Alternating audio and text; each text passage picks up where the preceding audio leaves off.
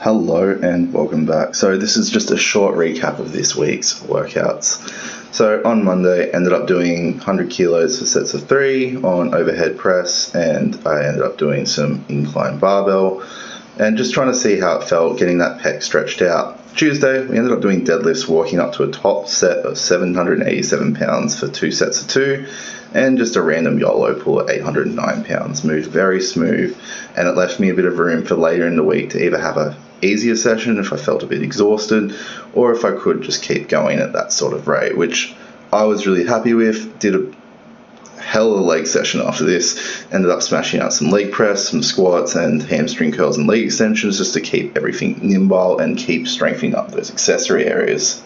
So Thursday, I had Wednesday off because I was a bit sore. Thursday was my best press day I've had in a while, especially for shoulders.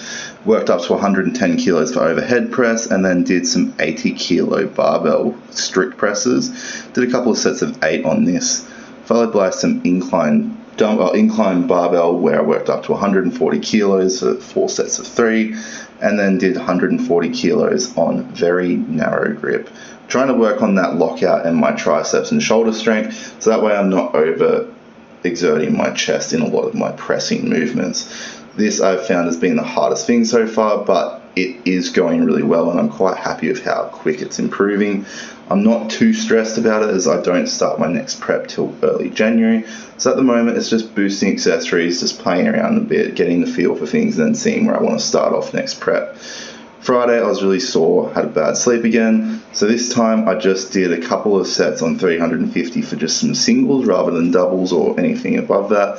And I did 5 sets until I felt like I was starting to feel it, which I was really happy with. It just moved really easy, where I then dropped down to the 320 kilo working sets. Now, I did finish off with 2 long pause deadlifts. Now, the reason why I did this was just because I wanted to make sure that I wasn't relying too much on the momentum, and that I had the strength if I got stuck midway through the lift or even at the start of the lift off the ground to not sort of fall forward. And I was suitably happy with how this moved. There wasn't too much struggle, especially on the stiff bar that I was using, because